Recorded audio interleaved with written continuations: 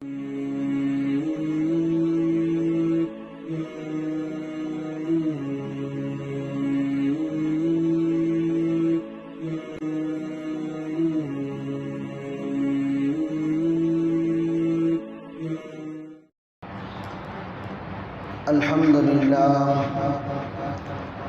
لله نحمده ونستعينه ونستغفره ونؤمن به ونتوكل عليه ونعوذ بالله من شرور أنفسنا ومن سيئات أعمالنا من يهد الله فلا مضل له ومن يضلله فلا هادي له ونشهد أن لا إله إلا الله وحده لا شريك له ونشهد أن سيدنا وسندنا ومولانا محمدا عبده ورسوله أرسله الله تعالى بالحق بشيرا ونذيرا وداعيا إلى الله بإذنه وسراجا منيرا وبارك وسلم تسليما كثيرا أما بعد فأعوذ بالله من الشيطان الرجيم بسم الله الرحمن الرحيم ولقد نصركم الله ببدر وأنتم أذلة فاتقوا الله لعلكم تشكرون صدق الله العظيم وصدق رسوله النبي الكريم ونحن على ذلك لمن الشاهدين والشاكرين والحمد لله رب العالمين. بزرگان محترم، معزز مصلیان اعظام، ملت اسلامیہ کے نوجوانوں، اللہ تبارک و تعالیٰ نے جب سے کائنات بنائی ہے تب سے لے کر اب تک اور قیامت تک حق اور باطل کے درمیان تصادم چلا آ رہا ہے اور یہ چلتا رہے گا. حق کی شکل میں جب آدم تھے تو باطل کی شکل میں ابلیس تھا.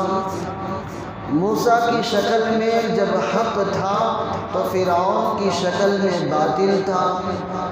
ابراہیم کی شکل میں جب حق تھا تو نمرود کی شکل میں باطل تھا. جب میرے اور آپ کے آقا جناب محمد رسول اللہ صلی اللہ علیہ وسلم دنیا میں تشریف لائے تو اس وقت باطل کی شکل میں ابو جہل، ابو لہب، عتبہ، شیبہ، امیہ بے شمار شکل میں باطل تھا. اور ہمیشہ اللہ کے قانون کے مطابق حق کو سرخ روئی عطا فرمایا اور اپنے اصولوں کے مطابق اللہ نے باطل کو زیر فرمایا. رمضان کا مبارک مہینہ ہم سب پر سایہ فگن ہے. اس مبارک مہینے میں ایک غزوہ ہوا جس غزوے کو تاریخی اور ایک عظیم اہمیت حاصل ہے. وہ غزوہ ہے غزوہ بدر. بزرگان محترم، غزوہ بدر حق و باطل کے درمیان ایسا تفریق کرنے والا معرکہ ہے کہ رہتی دنیا تک لوگوں کے لیے عبرت ہے اور مسلمانوں کے لیے نصیحت ہے کہ جب تک تم اللہ اس کے رسول کے ساتھ وفادار رہو گے دنیا کی کوئی طاقت تمہیں نقصان نہیں پہنچا سکتی. اگر امت مسلمہ پر حاوی باطل ہو جائے اس بات کی علامت ہے کہ مسلمانوں نے اللہ اس کے رسول کے ساتھ بجائے وفاداری کے جفا کشی کی ہے، ان کے ساتھ ان کے حق تلفی کی ہے، بجائے ان کے حقوق ادا کرنے کے ان کے حقوق کو مارا اپنی حمیت کو، اپنی نصرت کو، اپنی فتح کو، اپنی حمایت کو اللہ اٹھا لیتے ہیں، پھر باطل طاقتیں امت مسلمہ پر، امت محمدیہ پر حاوی ہو جاتے ہیں، امت محمدیہ مغلوب ہو جاتی ہے، باطل طاقتیں سر چڑھ کر بولتے ہیں، مسلمان ظلم کا شکار ہوتا ہے۔ بزرگان محترم، حق و باطل ہمیشہ سے چلا آ رہا ہے اور چلتا رہے گا۔ مسئلہ یہ ہے کہ میں کس جانب کھڑا ہوں، حق کے ساتھ کھڑا ہوں یا پھر میرے قدم باطل کے ساتھ چل رہے ہیں، یہ دیکھنے کی ضرورت ہے۔ رسول اللہ صلی اللہ علیہ وسلم نے 13 سال تک مکہ المکرمہ میں دین کی محنت کی۔ کفار مکہ نے اللہ کے رسول کو ہر جانب سے تکلیفیں پہنچانے، اذیت پہنچانے اور آپ کے مشن سے روکنے کے لیے ہر طرح کوشش کی۔ جب کوشش میں ناکام ہوئے، مال کی لالچ دے کر، عہدے کی لالچ دے کر، دنیا کی ترقیات کو سامنے رکھ کر اللہ کے رسول کو، حضرات صحابہ کو پھسلانے کی کوشش میں جب ناکام ہوئے تو پھر ان کی اب منشا بدل گئی۔ بجائے انہیں راستے پر لانے کے، انہیں راستے سے ہٹانے کے منصوبے بنانے لگے۔ جب دشمن کسی بھی اعتبار سے سامنے والے پر غالب نہیں آتا تو پھر اس کی سوچ ہوتی ہے میں اس پر غالب تو نہیں آ رہا ہوں، لہٰذا اسے راستے سے ہٹا دیتا ہوں۔ یہی سوچ بنی کفار مکہ کی۔ انہوں نے یہ چالیں چلنا شروع کر دیا، تمام مسلمانوں کو جو مکہ المکرمہ میں ہیں انہیں ایک ایک کے قتل کر دو، ایک ایک کو قتل کرو گے بڑا لمبا زمانہ گزرے گا۔ سب سے پہلے جو اصل جڑ ہے، جو اصل ان میں محرک ہے، ان کے اندر ایمانی تحریک کو زندہ کرنے والے وہ محمد الرسول اللہ صلی اللہ علیہ وسلم ہیں۔ اگر انہیں راستے سے ہٹا دیا گیا تو پھر اسلام اور شریعت محمدی کی بقا ناممکن ہوگی۔ لہٰذا جب وہ جانوں کو اور قتل کے در پر ہوئے تو اللہ تعالیٰ کے حکم سے اللہ کے رسول نے حضرات صحابہ کو مدینے کی طرف ہجرت کرنے کی دعوت دی، ہجرت کرنے کا حکم دیا۔ جب مکہ المکرمہ سے صحابہ نے ہجرت کر لی، ہجرت کرتے ہوئے طرح طرح کی اذیتوں کا سامنا انہیں کرنا پڑا۔ بہت سارے صحابہ اپنی جان کو بچانے کے لیے اپنی جائیداد کو، اپنے مکانات کو، اپنے روپیہ پیسہ کو ان کفار مکہ کے حوالے کر کے اپنے آپ کو مدینے کی طرف لے جانے کی ہر طرح کی تدبیریں انہوں نے کی، اپنی جان کو بچایا، مال دولت جائیداد کو کفار کے حوالے کیا اور نکل پڑے مدینے کو۔ پھر ایک زمانہ آیا، اللہ کے رسول نے بھی ہجرت کی، ہر طرح کی کوشش ناکام ہوئی۔ اب حضرات صحابہ اور محمد رسول اللہ چین اطمینان سکون کے ساتھ عبادت کرتے تھے اپنے اللہ کی مدینہ المنورہ میں۔ دین اسلام جڑ پکڑ رہا تھا، مسلمانوں کی واہواہی ہو رہی تھی، مسلمان ترقی کر رہے تھے۔ یہ بات کفار مکہ کو ہضم نہیں ہوئی کہ مدینے میں جا کر یہ جو ہمارے یہاں نہتے تھے، کمزور تھے، جن پر ہماری حکومت تھی، اب مدینے میں ان کا بول بالا ہو گیا، ان کے پیچھے چلنے والے زیادہ ہو گئے، ان کے ماننے والے زیادہ ہو گئے، انہیں سردار تسلیم کرنے والے زیادہ ہو گئے۔ لہٰذا اگر اس جڑ کو کاٹا نہ جائے، یہاں پر رک کر کچھ کوششیں نہ کی جائیں تو پھر کیا ہوگا؟ مدینے والے ایک دن ہم پر حملہ آور ہوں گے، پھر ہمیں بھی اپنا غلام بنا لیں گے۔ لہٰذا اس چکر میں انہوں نے آپس میں بیٹھ کر مشورہ کیا، جس کے حالات میں کفار مکہ نے جس میٹنگ کو جمع کیا، اس میٹنگ میں مالدار سردار بھی تھے، غریب فقراء بھی کفار کے تھے۔ سب نے کہا کہ ہم مسلمانوں پر حملہ کریں گے، انہیں ختم کر دیں گے، ان کے کے جڑ کو نیست و نابود کر دیں گے۔ لہٰذا اس میٹنگ میں سارے لوگوں نے قسمیں کھائی کسی بھی طریقے سے مدینہ المنورہ میں جو مسلمان جی رہے ہیں ان مسلمانوں کو کسی بھی طریقے سے ختم کیا جائے۔ لیکن اصل مسئلہ تھا فائنینشل کا، کسی بھی قوم کو مغلوب کرنا ہو تو سب سے پہلے غالب آنے والوں کے لیے بھی پیسوں کی ضرورت ہے۔ جہاں مغلوب کر رہے ہیں انہیں بھی پیسوں کا محتاج بنانا پڑے گا۔ آج دنیا میں جتنے جنگیں ہو رہے ہیں، چاہے وہ یوکرین کا ہو، چاہے وہ فلسطین کا ہو، چاہے وہ دیگر دوسرے ممالک کے ہوں، یا آئندہ جنگیں ہونے والی ہوں، یا پچھلی جنگیں ہو چکی ہوں، سب کا سب منصوبہ یہ ہے کہ کسی بھی اعتبار سے سامنے والے ملک کو اکانومی کے اعتبار سے کمزور کیا جائے، فائنینشل اعتبار سے کمزور کیا جائے، ان کا اکانومی اور ان کا مالی قیمت کو کمزور کیا جائے، کھوکھلا کیا جائے، پھر وہ مغلوب ہوں گے، پھر ہماری بات مانیں گے۔ آج دنیا میں جتنی جنگیں ہو رہی ہیں سب کا اصل مقصد یہی ہے، سامنے والے کو مغلوب کرنے کے لیے اس ملک کو تہس نہس کر دو، وہ مغلوب ہو جائیں گے، وہاں لوگ آنا جانا چھوڑ دیں گے، پیسوں کے اعتبار سے محتاجی آ جائے گی، پھر وہ اپنے سے بڑا، اپنے سے مالی حیثیت سے جو بڑا ہے اس کے تابع دار ہو جائیں گے۔ بزرگان محترم، اب ابو جہل، ابو لہب، عتبہ، امیہ، شیبہ، یہ جتنے سرداران تھے سب نے کہا اب مدینے پر حملہ کرنے کے لیے ہمارے پاس اکانومی اتنی اچھی نہیں ہے، ہمارے پاس روپیہ پیسہ اتنا نہیں ہے کہ ہم ان پر حملہ کریں، لہٰذا سب سے پہلے ہمیں ایک کیپٹل جمع کرنا پڑے گا، جمع پونجی جمع کرنا پڑے گا، تاکہ ان پیسوں کے بدلے، ان دینار و درہم کے بدلے ہم ہتھیار خریدیں، پھر مدینہ المنورہ پر حملہ کر سکیں۔ بزرگان محترم، اسی منصوبے کے تحت سارے مکی کے سردار اور مکی کے غریب محتاج لوگوں نے پیسہ جمع کیا جو تقریباً 130 کلو سونا تھا۔ 130 کلو سونا انہوں نے جمع کیا تاکہ اس پیسوں سے، اس سونے سے آنے والے پروفٹ کو مدینہ المنورہ میں موجود مسلمانوں کی بربادی کے لیے استعمال کیا جائے۔ اب 130 کلو کا سونا جمع کیا گیا، سامان جمع کیا گیا، اب تجارت کے لیے ملک شام جسے ہم سیریا کہتے ہیں وہاں کو روانہ ہونا تھا۔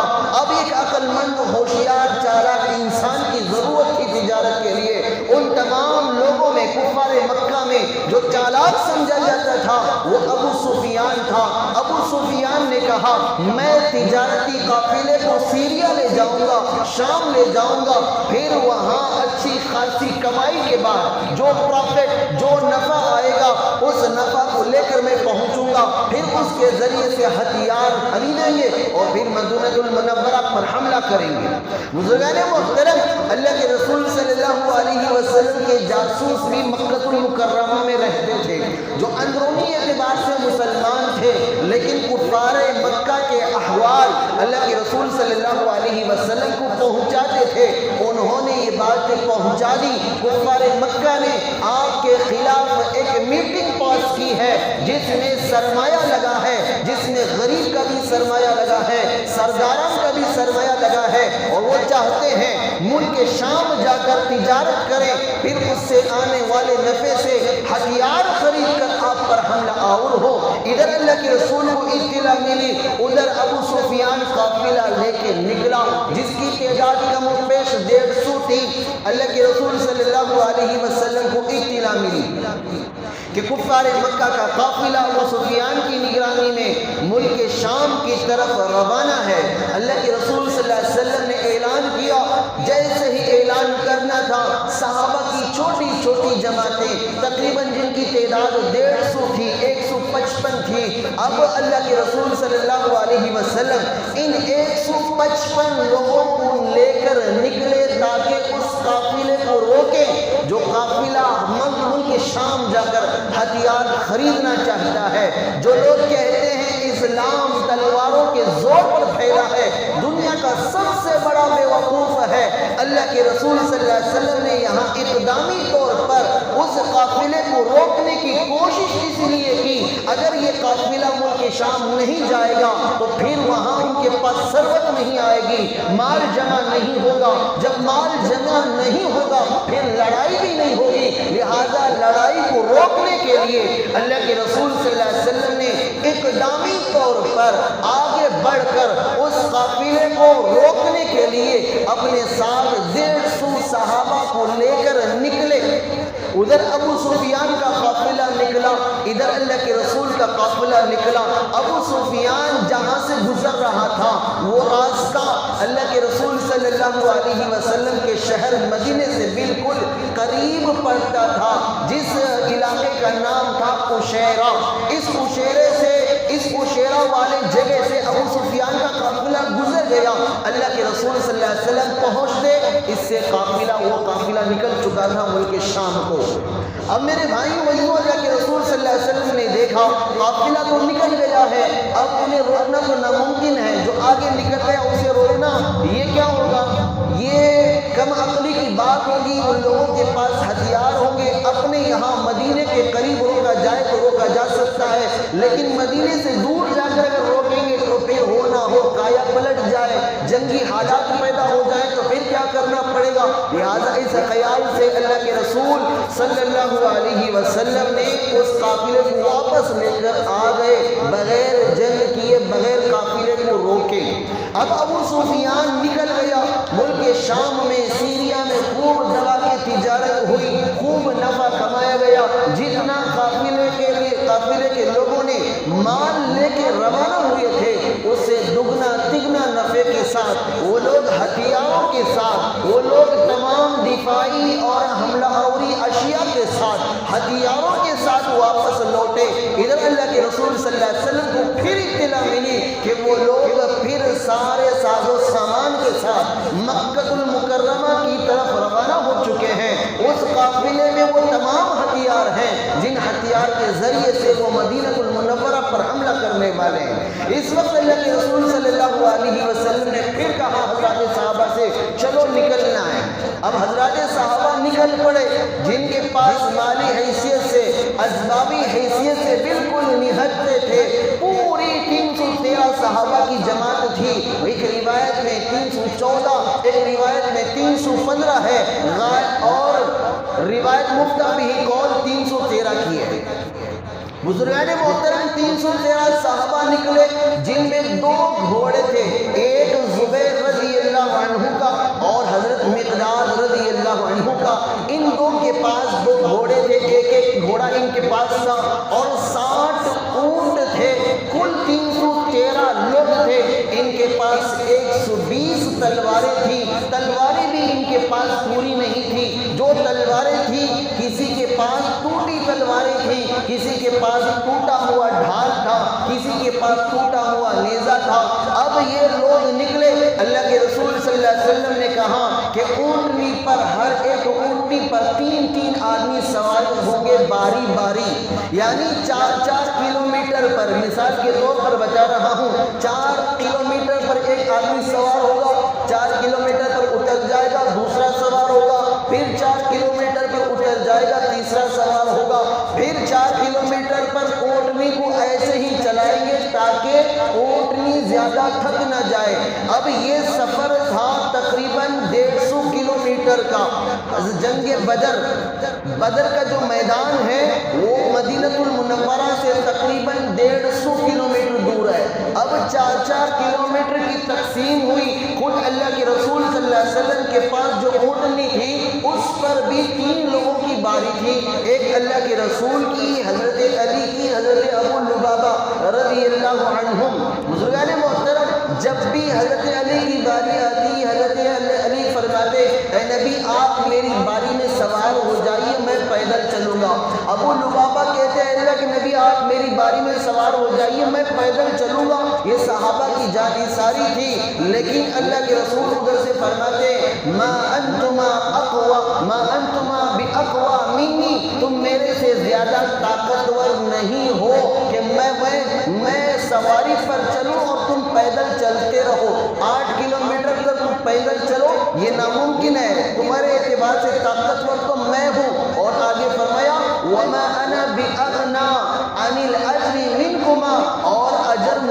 چاہیے۔ بزرگان محترم، جو نبی جس کے صدقے میں ساری کائنات بنی، وہ اجر کے بارے میں کہتا ہے ما انا باغنی عن الاجر منکما، جس طرح تمہیں اجر کی ضرورت ہے، ثواب کی ضرورت ہے، نیکی کی تلاش ہے، اسی طرح مجھے بھی نیکی کی ضرورت ہے، میں بھی اجر کا خواہش مند ہوں، لہذا باری باری ہی چلیں گے۔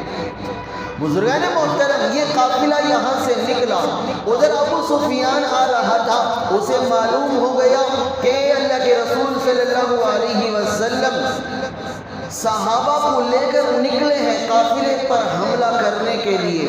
اس میں فوراً ایک آدمی تھا زمزم غفاری، اس آدمی کے ذریعے سے مکہ المکرمہ کو بات پہنچا دی کہ دیکھو مدینہ المنورہ سے ایک قافلہ نکلا ہے جو تمہارے ساز و سامان کو لوٹنے کے لیے آ رہا ہے۔ زمزم غفاری نے ایک نیا حربہ استعمال کیا لوگوں کو جمع کرنے کے لیے۔ مکے میں داخل ہونے سے پہلے اس نے اپنے کپڑے پھاڑ لیے اور اونٹنی کے ناک کو توڑ دیا، وہاں سے خون بہنے لگا۔ جب یہ حقیقت میں کفار مکہ کو جوش دلانے کے لیے تھا، تاکہ جب وہ کفار مکہ خون کو دیکھیں گے ان کے دل کے اندر جوش ابھر آئے گا، وہ لوگ بدلہ لینے پر، انتقام لینے پر میدان میں آ جائیں گے۔ ایک نیا حربہ تھا زمزم غفاری کا، یہ نکلا مکہ المکرمہ میں جو ہی داخل ہوا، لوگ ادھر ادھر بیٹھے ہوئے تھے، دیکھا کپڑے پھٹے ہوئے ہیں، اونٹنی کے ناک سے خون بہ رہا ہے، سارے لوگ جمع ہو گئے، ہائے ہائے کیا ہو گیا تمہیں، کس نے تمہارے ساتھ ایسی حرکت کر دی؟ تو اس نے ساری خبر دے دی کہ دیکھو تمہارا جو مال ملک شام گیا تھا، سیریا گیا تھا کمانے کے لیے، اب وہ بہت سارا نفع لے کے آ رہا ہے، لیکن اس پر حملہ کرنے کے لیے، اسے روکنے کے لیے محمد رسول اللہ اور ان کے اصحاب نکل پڑے ہیں، اگر تاخیر کرو گے تو پھر تمہارا مال بھی جائے گا، پھر پورے عرب میں ڈھنڈورا پٹ جائے گا کہ مکے والے مدینے والے کمزوروں سے ہار گئے۔ بزرگان محترم، یہ جملہ سننا تھا، سارے مکے والے آگ بگولا ہو گئے، ساروں نے تلوار نکال لی کہ جب تک ہم مسلمانوں کو ختم نہ کر دیں، مسلمانوں کو مٹا نہ دیں، تب تک واپس نہیں آئیں گے۔ امیہ بن خلف ایک آدمی ہے جو اللہ کے رسول صلی اللہ علیہ وسلم کو بار بار دھمکی دیا کرتا تھا، اس کے زمانے اس وقت امیہ بن خلف کے علاوہ سارے تیار ہو گئے، ابو جہل بھی تیار ہو گیا، ابو لہب بھی تیار ہو گیا، امیہ، عتبہ، شیبہ سب تیار ہو گئے سوائے امیہ بن خلف کے۔ اب امیہ بن خلف کے پیچھے ایک بہت بڑی تعداد تھی جو اپنے سردار کے پیچھے چلنے والی تھی۔ امیہ بن خلف کے نہ چلنے کی وجہ سے سارے فوجی وہ خاموش بیٹھ گئے، جانے کو تیار نہیں ہو رہے تھے، جب تک ہمارے سردار نہ نکلے ہم نکلنے کو تیار نہیں۔ ابو جہل جا کر انہیں بتایا کہ ابو جہل کہنے لگا ارے اللہ کے بندے، اس لیے کہ انہیں بھی اللہ کا یقین تھا، کتابوں میں لکھا ہے جب ابو جہل قافلہ لے کر نکلا 1000 کا، سب سے پہلے اس نے وضو کیا اور خانہ کعبہ کا غلاف پکڑ کے کہنے لگا اے اللہ مسلمانوں کو ختم کر دے اور مکہ المکرمہ کے لوگوں کو بقا دے دے، ان میں سے جو تجھے محبوب ہے اسے فوقیت عطا فرما۔ بزرگان محترم، یہ کون دعا مانگ رہا ہے؟ ابو جہل ہے جو جہالت کے انتہائی درجے کو پہنچا ہے، لیکن خانہ کعبہ کا غلاف پکڑ کے کہتا ہے اے اللہ ہم دونوں میں جو تجھے زیادہ محبوب ہے، یعنی محمد رسول اللہ اور میں یعنی ابو جہل، ان دونوں میں جو تجھے محبوب ہے تو اسے بقا دے، اس لیے کہ ابو جہل کی سوچ کے مطابق ابو جہل حق پر تھا۔ ہر باطل طاقت اپنے آپ کو حق پر سمجھتی ہے، ہر آدمی، ہر گمراہ آدمی اپنے آپ کو صراط مستقیم پر سمجھتا ہے۔ شیطان کا دھوکے دینے کا ایک نیا اندازہ ہے کہ آدمی غلطی کرے لیکن اس غلطی کو صحیح سمجھے۔ اسی طرح وہ جہل کا حال تھا، وہ خانہ کعبہ کا غلاف پکڑ کے کہنے لگا اے اللہ میرے اور محمد صلی اللہ علیہ وسلم کے درمیان جو محبوب تجھے ہے تو اسے فتح دے دے۔ حقیقت میں یہ دعا نہیں بلکہ اپنے حق میں بد دعا کر رہا تھا، کیونکہ ناحق پر یہ تھا اللہ اسی کی زبانی اسے برباد کر رہے تھے۔ بزرگان محترم، امیہ بن خلف کو ابو جہل جا کر بات کرتا ہے، اگر تم نکلو گے تمہارے پیچھے ایک بڑا لشکر نکلے گا، اگر تم نہ نکلو گے تو پھر ہمارے پیچھے ایک بڑی فوج بیٹھ جائے گی۔ تو امیہ بن خلف نے کہا، سعد بن معاذ ایک انصاری صحابی ہیں، یہ جب بھی مکہ المکرمہ آتے مسلمان ہونے کے بعد بھی امیہ بن خلف سے دوستی تھی، اس کے گھر میں رہا کرتے تھے۔ امیہ بن خلف کافر تھا، لیکن جب بھی ملک شام جانا ہوتا راستے میں مدینہ پڑتا تو مدینے میں سعد بن معاذ رضی اللہ عنہ کے گھر میں ٹھہرا کرتے تھے۔ ایک دن حضرت سعد بن معاذ نے کہا، اے امیہ مجھے ایسے وقت میں خانہ کعبہ لے جا جس میں میں عبادت کر سکوں اسلامی طریقے سے۔ اب امیہ نے حضرت سعد بن معاذ کو ایسے وقت میں لے گیا جس وقت مکہ المکرمہ خانہ کعبہ خالی تھا لوگوں سے، دھوپ کے وقت میں۔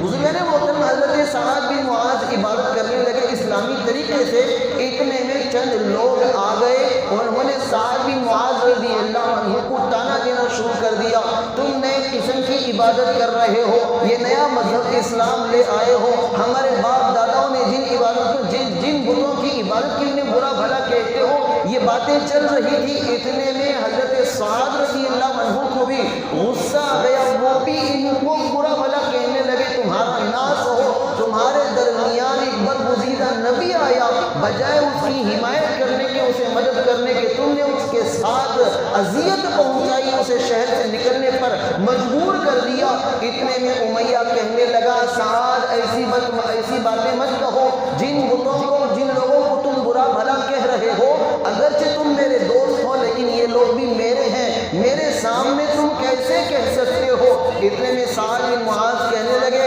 امیہ تم میرا دوست ہے، ایک بات بتاتا ہوں یاد رکھنا، اللہ کے نبی نے تمہارے قتل ہونے کا حضرت صحابہ کے ہاتھوں بیان کر دیا ہے کہ تم حضرت صحابہ کے ہاتھوں مرو گے۔ جیسے ہی سننا تھا امیہ دھاڑے مارتے ہوئے بھاگ نکلا اپنی بیوی کے پاس، کہنے لگا جن کا نام ہے ام صفوان، یہ حضرت صفوان کی ماں ہے۔ بزرگان محترم امیہ کہنے لگا کہ سنا تم نے کہ محمد صلی اللہ علیہ وسلم نے میرے قتل کا اور میرے جہنم رسید ہونے کا ان کے صحابہ کے ہاتھوں سنا رکھا ہے، اب اس میں کیا تردد ہے؟ محمد سچا آدمی ہے، وہ جو کہتا ہے وہ ہو کے رہتا ہے۔ اگر محمد نے کہہ دیا ہے کہ اصحاب کے ہاتھوں مجھے مرنا ہے تو میں ضرور مر کے رہوں گا، خانہ کعبہ کی قسم میں کبھی مکہ چھوڑ کے نہیں نکلوں گا۔ بزرگان محترم امیہ بن خلف جیسا دشمن اللہ کے رسول کی باتوں پر کامل اعتماد سے ہے، وہ کہتا ہے کہ محمد نے کبھی جھوٹ نہیں کہا، اگر محمد صلی اللہ علیہ وسلم نے کہا ہے تو یقیناً میں ان کے اصحاب سے مارا جاؤں گا۔ اب یہ بات ابو جہل کو امیہ بن خلف نے کہا کہ میرے نہ نکلنے کی وجہ حقیقت میں یہ ہے، میں نکلوں گا تو ان کے اصحاب مجھے مار دیں گے، لہٰذا میں شہر سے باہر نہیں نکلوں گا۔ اس پر ابو جہل نے کہا، ارے تو مکہ کا سردار ہے، ایک سنی سنائی باتوں پر ایسا بھروسہ کر رہا ہے جیسے تجھے بتوں نے بتایا ہو، شرم دلائی، چل نکلنے کو کہا اور زبردستی اسے اپنے قافلے کے ساتھ جوڑ لیا۔ اب میرے بھائیوں ادھر سے ابو سفیان جو آ رہے تھے قافلے کو لے کر، جیسے ہی انہیں معلوم ہوا کہ اللہ کے رسول صلی اللہ علیہ وسلم آ رہے ہیں قافلے پر حملہ کرنے کے لیے، تو ادھر سے ابو سفیان بڑے چالاک تھے، انہوں نے راستہ بدل دیا، بجائے مدینے کے قریب سے گزرنے والے راستے کے وہ ساحلی سمندری راستے سے، الگ راستے سے آنا شروع کیا، اور پھر ایک آدمی سے پیغام بھیجا، جا کے مکے والوں سے کہہ دینا کہ تمہارا قافلہ محفوظ ہے، اب تمہیں جنگ میں جانے کی ضرورت نہیں ہے، تمہیں مدینے والوں سے لڑنے کی ضرورت نہیں ہے، تم رک جاؤ۔ اب وہ آدمی خبر لے کے مکے والوں کے پاس پہنچا، کہنے لگا کہ تمہارا قافلہ جو ابو سفیان کے ہاتھ میں ہے، محمد صلی اللہ علیہ وسلم جس پر حملہ کرنے والے تھے وہ محفوظ ہے، اب تمہیں حملہ کرنے کی ضرورت نہیں ہے۔ ابو جہل، ابو لہب، عتبہ، شیبہ، امیہ زوروں پر تھے، کہا کہ جب ہم نکل چکے ہیں محمد صلی اللہ علیہ وسلم کو اور ان کے ماننے والوں کو صف ہستی سے مٹانے کے لیے، تو اب باز آنا، پیچھے ہٹنا، مکہ المکرمہ واپس جانا یہ ناممکن ہے۔ جب ہم نے ارادہ کر لیا ہے چلو صف ہستی سے مسلمانوں کو مٹا کر دم لیتے ہیں، میرے بھائیوں اور عزیزوں، موت سے گھبرانا نہیں ہے۔ ان لوگوں کو کہہ دو جو موت کا ڈر مسلمانوں کو سناتے ہیں، موت کی دھمکیاں دیتے ہیں، مسلمان پیدا بعد میں ہوتا ہے، اس کی موت کی تاریخ پہلے لکھی جاتی ہے، بچہ پیدا بعد میں ہوتا ہے، وہ جہاں مرنے والا ہے اس کی تاریخ اور اس کا دن اور اس کی جگہ بِأَيِّ أَرْضٍ تَمُوتُ، جس جگہ مرو گے، جتنا کھاؤ گے، جتنا پیو گے، تمہاری سانسیں تک گنی ہوئی ہیں۔ مسلمانوں، وہ لوگ جو مسلمانوں کو موت سے ڈراتے ہیں انہیں کہہ دو کہ موت سے ڈراتے ہو، جس دن مسلمان موت سے ڈرنا چھوڑ دیا اس دن سے تمہارا جینا مشکل ہو جائے گا۔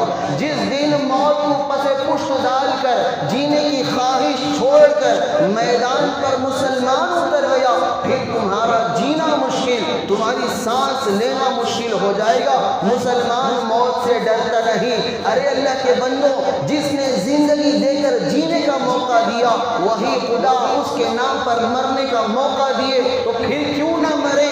جس کے خاطر جیتے ہیں اس کے خاطر مر بھی جائیں گے تو دنیا کا کوئی نقصان ہونے والا نہیں ہے۔ زندگی اللہ کی ہے۔ حضرت صحابہ جانیں قربان کر کے کہتے ہم نے جان تو دے دی، حق یہ کہ حق ادا نہیں ہوا، جان دے کر بھی تیری نعمتوں کا ہم نے استعمال جو کیا ہے اس کا حق ہم ادا نہیں کر سکے۔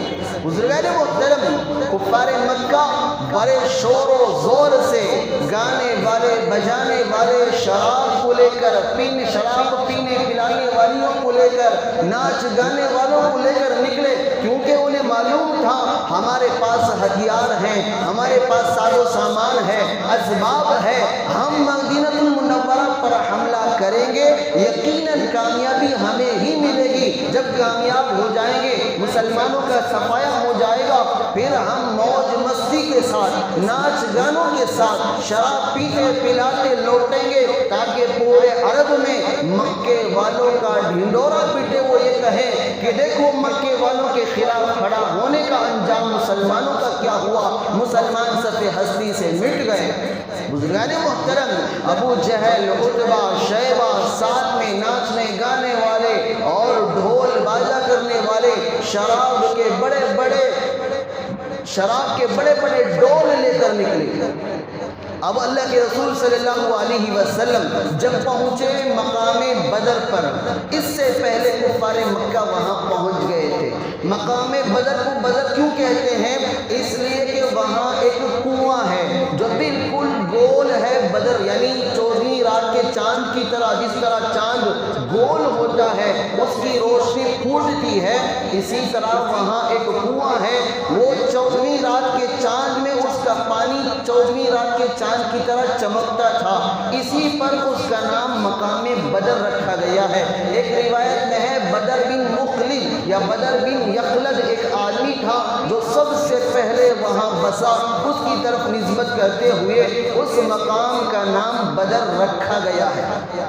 اب اللہ کے رسول صلی اللہ علیہ وسلم 313 صحابہ کے پاس 2 تلواریں، 2 گھوڑے ہیں، 60 تلواریں ہیں، 60 اونٹ ہیں اور نیزے ٹوٹے پھاٹے ہیں، ان کے پاس 313 کی تعداد ہے۔ اب یہ آتے ہیں، ادھر سے دیکھتے ہیں، ان کے پہنچنے سے پہلے مقام بدر پر کفار مکہ 1000 کا لشکر لا کر سامنے کھڑے ہیں۔ 1000 کہاں، 313 کہاں؟ اب مسلمانوں کے دل میں رتی برابر خیال آتا ہے۔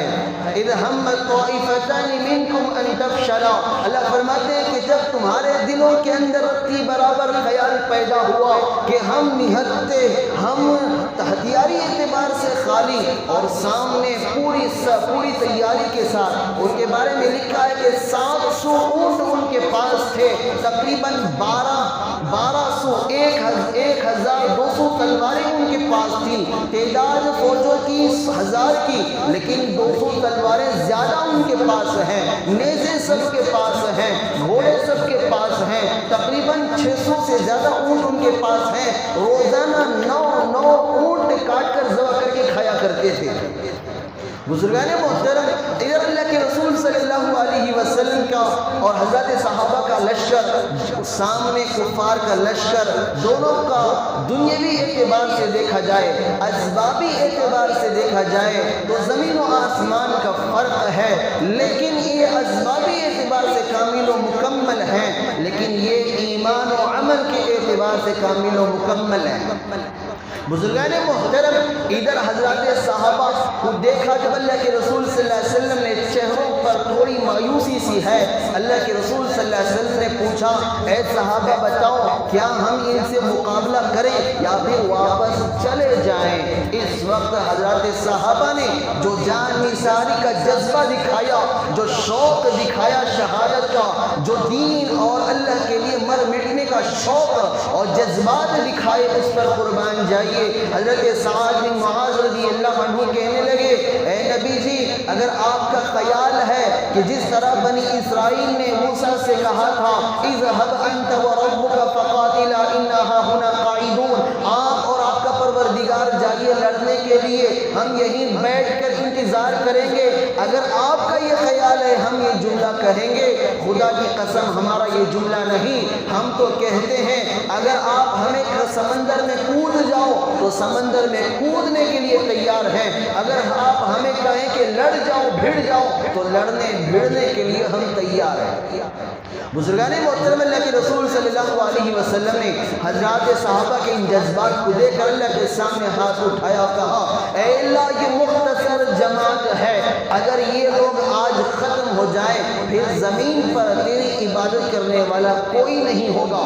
حضرت سعد بن معاذ رضی اللہ عنہ نے اللہ کے رسول صلی اللہ علیہ وسلم سے کہا، اے اللہ کے رسول صلی اللہ علیہ وسلم، ظاہری اعتبار سے وہ 1000 ہیں اور ہم 313 ہیں، اگر آپ ہمیں یہ دیکھیں کہ ہم ان سے لڑ بھڑ کر ختم ہو رہے ہیں، میری سواری گھوڑے کی بڑی تیز ہے، آپ سوار ہو جائیے، مدینے کی طرف روانہ ہو جائیے، ہم نے اپنی طرف سے آپ کو بالکل کیا کر دیا ہے، ہمارے حقوق آپ کے سلسلے میں ہم نے معاف کر دیا ہے۔ گویا اس بات کی علامت تھی کہ ہم خود ہلاک ہو جائیں گے، آپ پر آن چاہیے ہمیں پسند نہیں، لہٰذا آپ کے لیے ایک جھوپڑ پٹی بنائی جائے گی، اس وقت اسے عریش کہتے ہیں، آج بھی اگر مقام بدر پر آپ جائیں گے وہاں آپ کو ایک مسجد ملے گی، مسجد عریش، وہ وہی مقام پر ہے جہاں پر اللہ کے رسول صلی اللہ علیہ وسلم نے جنگ بدر کے موقع کے دن، اس دن اللہ کے نبی صلی اللہ علیہ وسلم نے سجدے میں جا کر اللہ سے دعائیں مانگی تھی،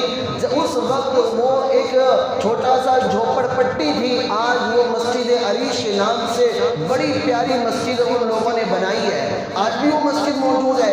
تو اللہ کے رسول صلی اللہ علیہ وسلم نے صف آرائی کی، رات میں وہ لوگ سوتے ہیں، جنگی ماحول پہلے کیا ہوتا تھا، ایک وقت متعین کیا جاتا، فجر کے بعد 6 سے لے کر شام کے 6 تک لڑائی ہوگی، جیسے ہی 6 بجتے ایک آدمی سور پھونکتا یا ڈھول بجاتا، جب لڑائی ختم ہو جاتی، اس لیے کہ رات میں لڑنے نظر نہیں آتا تھا، لوگ واپس چلے جاتے لڑائی روک کر، پھر دوسرے دن صف آرائی ہوتی، پھر قافلے لڑتے تھے، پھر شام کو سور یا پھر ڈھول بجایا جاتا، پھر قافلہ لڑنے سے رک جایا کرتا تھا، اس طرح 3 دن مسلسل یہ جنگ چلی۔